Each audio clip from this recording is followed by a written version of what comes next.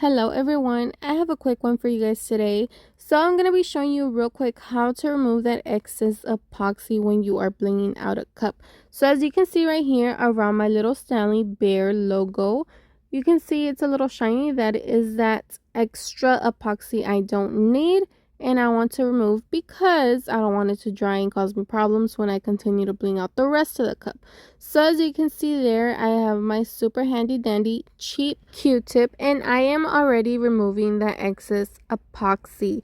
Then I'm gonna go in with some alcohol, guys. Ignore how ugly and old this bottle is, guys. I just use it to refill. And I'm going to get another Q-tip. I don't want my Q-tip to be dripping, guys, in alcohol. It just needs to be damp.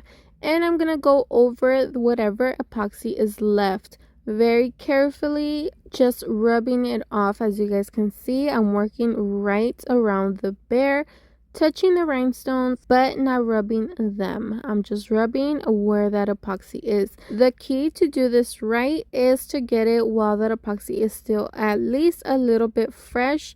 You know, it might start getting sticky, but it can still be removed with the alcohol. Once it's completely dry, guys, you are screwed. I'm sorry, but it's gonna be really hard to remove that epoxy. That's why you have to do it while it's still a little fresh at least, and it's all going to come off. As you guys can see here, look how clean it is now. So it's that easy and that simple, guys. Make sure you get it while the epoxy is still a little fresh so it can be completely removed. And now I can continue to bling my cup with no issues. Look at this, beautiful. There was a little bit on the letters. I also removed that the same way, guys, and that easy and that simple, guys. So now you know how to remove that excess epoxy when you are working on your projects, guys.